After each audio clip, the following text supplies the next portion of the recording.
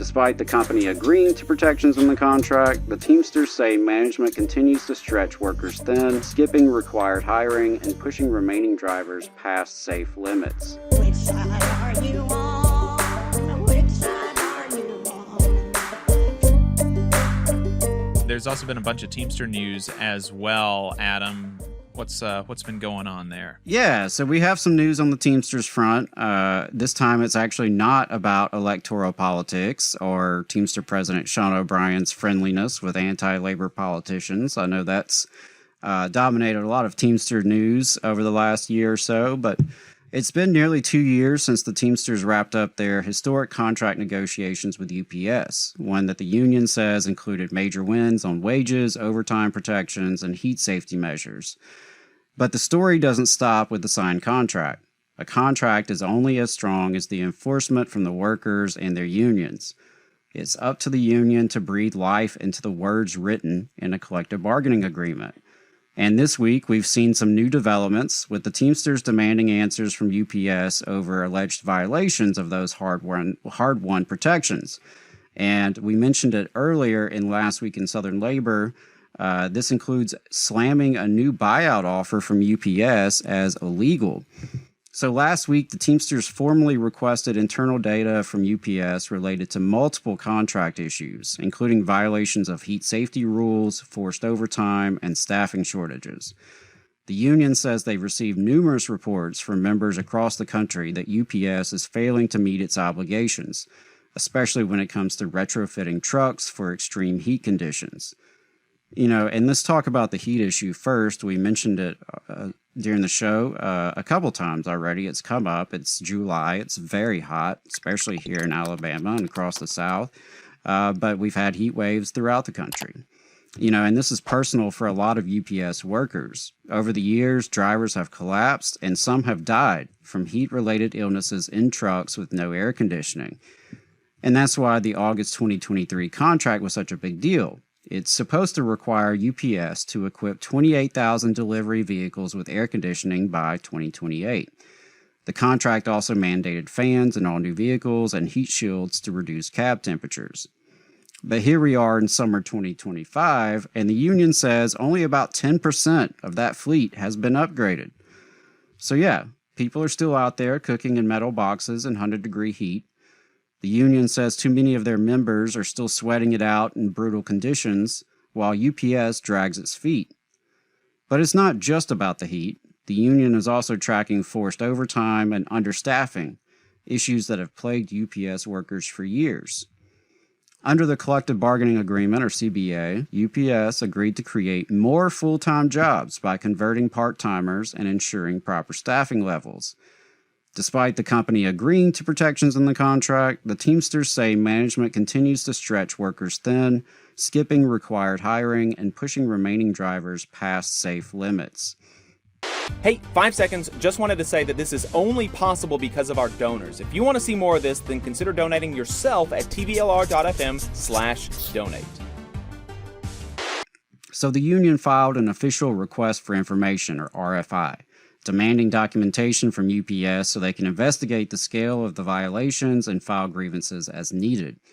They're also calling on rank-and-file members to speak up and document every infraction, because this is about enforcing their rights in each and every workplace.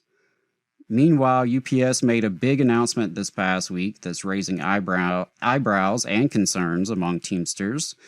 UPS announced a plan to offer voluntary severance to full-time drivers, part of a broader move to cut 20,000 jobs across the company and overhaul its domestic delivery network. UPS is offering voluntary buyout packages to some veteran full-time drivers, those with at least 10 years of service. And UPS is framing this as just a cost-saving measure, citing slower package volume since the pandemic peak.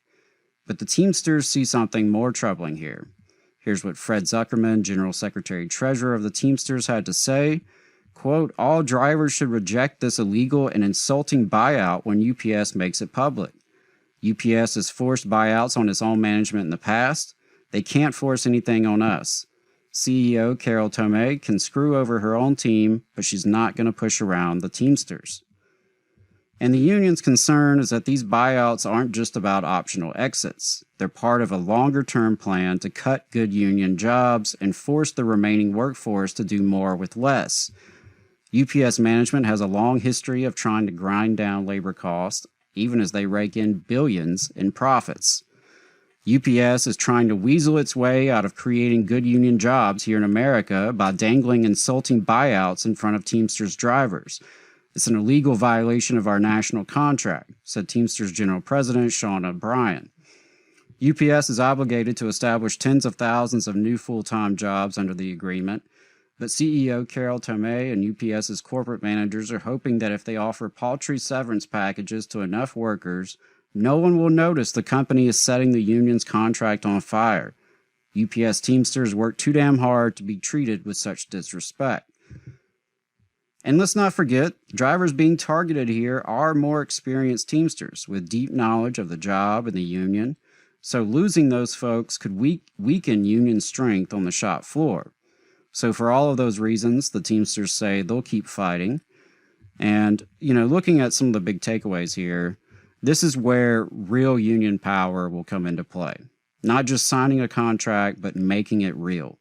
Holding the boss accountable. Demanding the results and the data. Organizing members to speak up and file grievances. And it's honestly a good reminder for all of us, whether you're a Teamster or not. You don't win a better world just by hoping the boss keeps their promises. You win it by standing together and fighting for what's yours. If you're a UPS Teamster or you know one, we'd love to hear how this is playing out in your area. You can call in live, of course, or leave us a voicemail throughout the week at 844-899-TVLR. And for everyone else, this is why we always say, if you don't have a union yet, it's time to build one. Because this kind of enforcement, this kind of potential power, it only comes from being organized.